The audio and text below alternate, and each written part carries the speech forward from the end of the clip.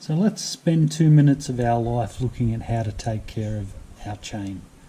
The drive chain, of course, is a necessary link between your engine and your wheel. You know, it's something that is often neglected, like the one that you're looking at now. And it doesn't take too much to keep it in good condition and maximise its life. Now this chain here, this is a bike that hasn't been on the road for some time, so this is a pretty extreme example. We've got all the colours of the rainbow. We've got rust, we've got caked on grime, and it's as dry as a bone. Believe it or not though, it could even be resurrectable, if that's such a word. I think it could be redeemed. On the other end of the spectrum we have this chain here, which is on the CB125E test bike. Now it sees a lot of service, it's well lubricated, but you can actually see there that it's become quite dirty. Now the dirt will shorten the chain's life. If your chain is relatively clean, you can just walk up, skip this step and go straight to the lubrication stage. This one, however, does need cleaning up. And we're just going to simply use a 50-50 mixture of metho and petrol and a paintbrush, and we're just going to gently scrape away the dirt. Nothing more spectacular than that. There's two types of chains you can get. There's a sealed chain like an O-ring or an X-ring or a Z-ring chain, and there's also just a plain chain.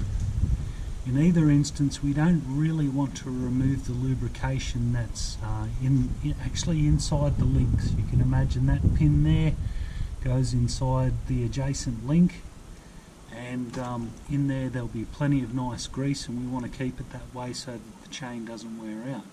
We do want to get rid of the dirt that's on the outside, however. We don't want to interfere with the O-rings or whatever sealing that the chain might have.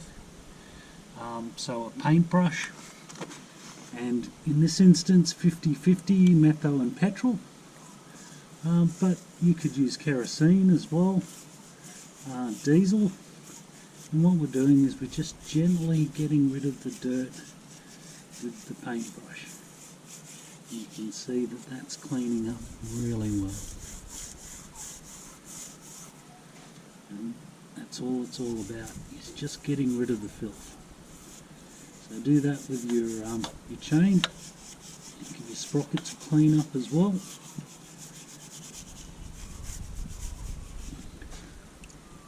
And the metho petrol mix evaporates quite well, which is important. We don't want to leave anything behind. And when we do go to the next step, which is lubricating the chain, we just want to make sure that the chain is dry when we lubricate it. You can see that's cleaning up really well.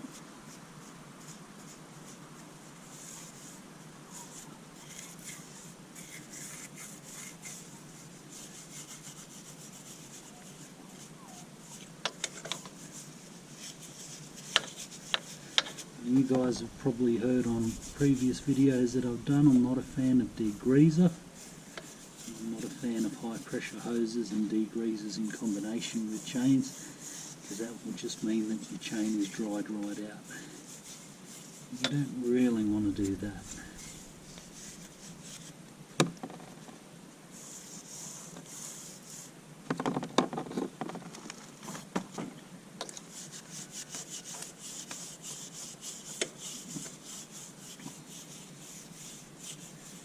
There we go, nice.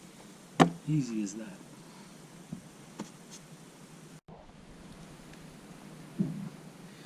Now you can help the chain dry out just with a rag.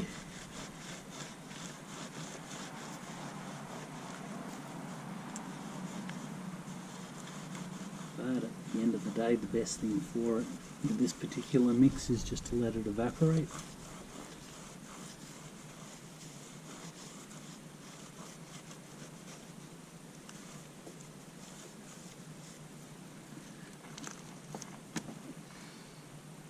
Now once the chain is clean and dry, it just needs to be lubricated again, which is very important obviously.